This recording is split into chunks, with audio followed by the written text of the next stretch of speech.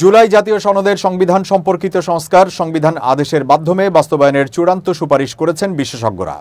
আগামী জাতীয় সংসদ নির্বাচনের দিন গণভোটের মাধ্যমে জনগণের বৈধতা নেওয়ারও পরামর্শ দিয়েছেন তারা।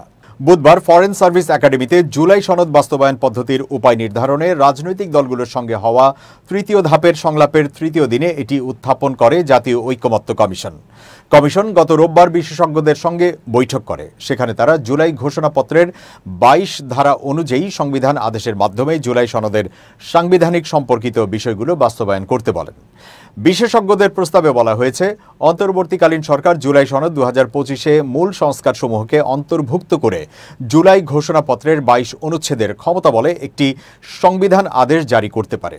ওই সংবিধান আদেশ তাৎক্ষণিকভাবে কার্যকর হবে। এ বিষয়ে বিশেষজ্ঞরা আরও বলেন, সংবিধান আদেশকে একটি গণভোটে উপস্থাপন করা যেতে পারে, যা আগামী সাধারণ নির্বাচনের একই দিনে অনুষ্ঠিত হবে। সংবিধান আদেশে গণভোটের বিধানও অন্তর্ভুক্ত করা যেতে পারে। যদি সংবিধান আদেশ জনগণের অনুমোদন পায় গণভোটের মাধ্যমে, তবে তা প্রণয়ন তারিখ থেকেই বৈধ বলে গণ্য হবে।